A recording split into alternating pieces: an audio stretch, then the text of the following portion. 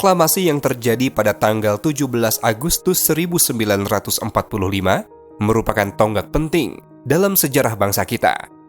Peristiwa ini merupakan pernyataan bangsa Indonesia yang merdeka dan tidak mau lagi berada di bawah penjajahan bangsa lain. Proklamasi kemerdekaan Indonesia terjadi hanya beberapa hari setelah Jepang menyatakan kalah kepada sekutu. Jepang sebenarnya mulai mengalami kekalahan sejak bulan Agustus 1942. Namun mereka masih mampu bertahan dan selalu mempropagandakan kemenangannya, meskipun berbeda jauh dengan kenyataannya. Pengaburan, bahkan pemutarbalikan informasi ternyata sudah terjadi di masa lalu. Bagaimana dengan di masa kini? Bagaimana sikap kalian dalam menyikapi informasi yang kalian terima? Tentu saja kalian harus senantiasa bersikap kritis dan tidak mudah percaya dengan informasi yang datang, agar tidak terpedaya oleh berita bohong atau propaganda. Di masa lalu, para pendahulu kita disajikan berbagai berita tentang kejayaan Jepang dalam perang, agar bangsa kita mau membantu pihak Jepang. Pihak blok poros atau Eksis yang berhaluan fasis mengalami kekalahan di berbagai front dalam Perang Dunia Kedua. Jepang semakin terdesak oleh kekuatan sekutu di front Asia. Pihak Inggris, Amerika, dan Australia yang tergabung dalam blok sekutu menyerang Jepang di wilayah-wilayah kekuasaannya dari berbagai penjuru. Jepang yang pada awalnya menerapkan strategi ofensif atau menyerang, beralih pada strategi defensif atau bertahan. Kekalahan demi kekalahan terus diderita oleh Jepang.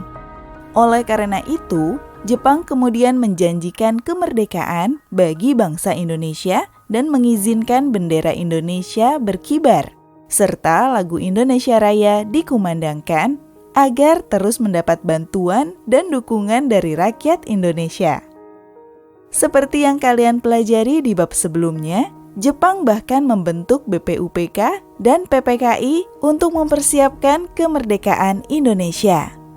Bahkan, Jepang pernah mengizinkan pengibaran bendera Indonesia dan menyanyikan lagu Indonesia Raya dengan mengeluarkan maklumat Seiko Shikikan nomor 6. Jepang semakin terdesak dalam perang.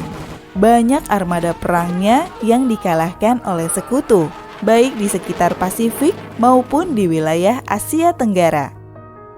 Salah satu pertempuran yang cukup memukul Jepang di Indonesia terjadi di Kalimantan.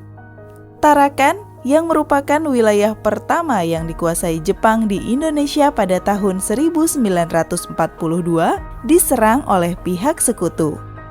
Mereka merebut kembali ladang-ladang minyak yang merupakan fasilitas strategis dan sangat dibutuhkan dalam perang dari tangan Jepang. Kota Tarakan hancur, dan banyak di antara warga lokal maupun orang Jawa serta keturunan Tionghoa di sana yang mengungsi akibat serangan ini. Pada bulan Juli 1945, Australia menyerang Balikpapan, yang merupakan salah satu wilayah penting bagi Jepang. Ladang-ladang minyak yang tadinya direbut oleh Jepang dari pihak Belanda mendapat serangan dari pasukan gabungan Australia dan Koninklijke Nederlands Indische Leger atau KNIL. Jepang akhirnya kalah pada 21 Juli 1945.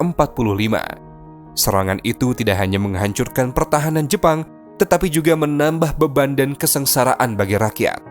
Banyak di antara mereka yang kelaparan karena tidak makan selama berhari-hari. Setelah Jepang menyerah, pihak Australia kemudian membagikan makanan berupa nasi, biskuit, kedelai, dan sebagainya kepada rakyat Balikpapan. Selain kedua pertempuran tersebut, masih ada juga beberapa pertempuran yang terjadi di wilayah Indonesia lainnya. Misalnya pertempuran di Morotai yang berlangsung sejak bulan September 1944 hingga Mei 1945. Pertempuran ini berlangsung cukup lama dan merupakan salah satu pertempuran yang berat bagi sekutu dan Jepang di Asia. Jika pertempuran di Tarakan dan Balikpapan yang memakan waktu beberapa minggu saja dapat mengakibatkan kesengsaraan bagi rakyat Indonesia, dapatkah kalian membayangkan penderitaan rakyat kita akibat pertempuran Morotai yang berlangsung lebih lama? Beberapa pengungsi yang diamankan tentara sekutu di Tarakan dalam keadaan menderita, sedangkan rakyat Balikpapan harus mengantri pembagian makanan pemberian dari Australia pada 26 Juli 1945. Tahukah kalian bahwa ada seorang serdadu Jepang bernama Teruo Nakamura yang bersembunyi di hutan Morotai selama 30 tahun hingga tidak mengetahui bahwa perang telah usai? Jika tertarik untuk mendalami lebih jauh tentang hal ini, kalian dapat mencari tahu melalui penelusuran berbagai sumber sejarah. Pihak sekutu tidak hanya menyerang Jepang di wilayah jajahannya, namun juga di negeri Jepang sendiri. Untuk mempelajari lebih lanjut tentang serangan sekutu yang berhasil memaksa Jepang menyerah, kalian dapat mendengarkan artikel berikut ini. Artikel ini juga membantu kalian untuk mengerjakan tugas aktivitas 1. Mari dengarkan dengan seksama. Hiroshima, Nagasaki, dan menyerahnya Jepang. Perang Dunia Kedua telah berakhir di front Eropa sejak 7 Mei 1945. Namun, Jepang yang bertempur di Asia masih belum mau menyerah. Sebagai pukulan terakhir kepada Jepang untuk segera mengakhiri perang, Amerika Serikat menjatuhkan 2 bom atom di kota Hiroshima pada 6 Agustus 1945 dan Nagasaki pada 9 Agustus 1945. Jumlah korban yang meninggal di Hiroshima diperkirakan sebanyak 140.000 jiwa dari populasi 350.000 orang di Hiroshima. Sementara itu, setidaknya 74.000 orang kehilangan nyawa di Nagasaki.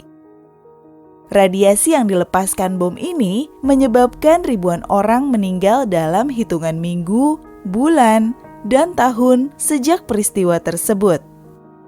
Tragedi bom di 2 kota ini mengakhiri Perang Dunia Kedua di Asia. Jepang mengumumkan menyerah tanpa syarat kepada sekutu pada 15 Agustus 1945. Setelah mendengarkan artikel tadi, sekarang kalian kerjakanlah tugas berikut ini. 1. Jawablah pertanyaan berikut ini. A. Mengapa Jepang menyatakan menyerah tanpa syarat kepada sekutu? B. Bagaimana seandainya Amerika Serikat tidak menjatuhkan bom di sana? C. Akankah perang berakhir pada bulan Agustus 1945? 2. Kerjakan tugas secara kolaboratif atau berkelompok. 3. Tuliskan hasilnya di buku tulis kalian. 4. Diskusikan hasilnya di kelas. 5. Kalian bisa menggunakan berbagai sumber untuk menjawab permasalahan tersebut. Ini adalah akhir dari subbab A. Pada bagian selanjutnya, kalian akan mendengarkan subbab yang baru, yaitu subbab B, yang membahas tentang peristiwa-peristiwa yang terjadi saat menuju kemerdekaan. Bagaimana teman-teman? Makin seru bukan pembahasannya? Jadi tetap fokus ya teman-teman.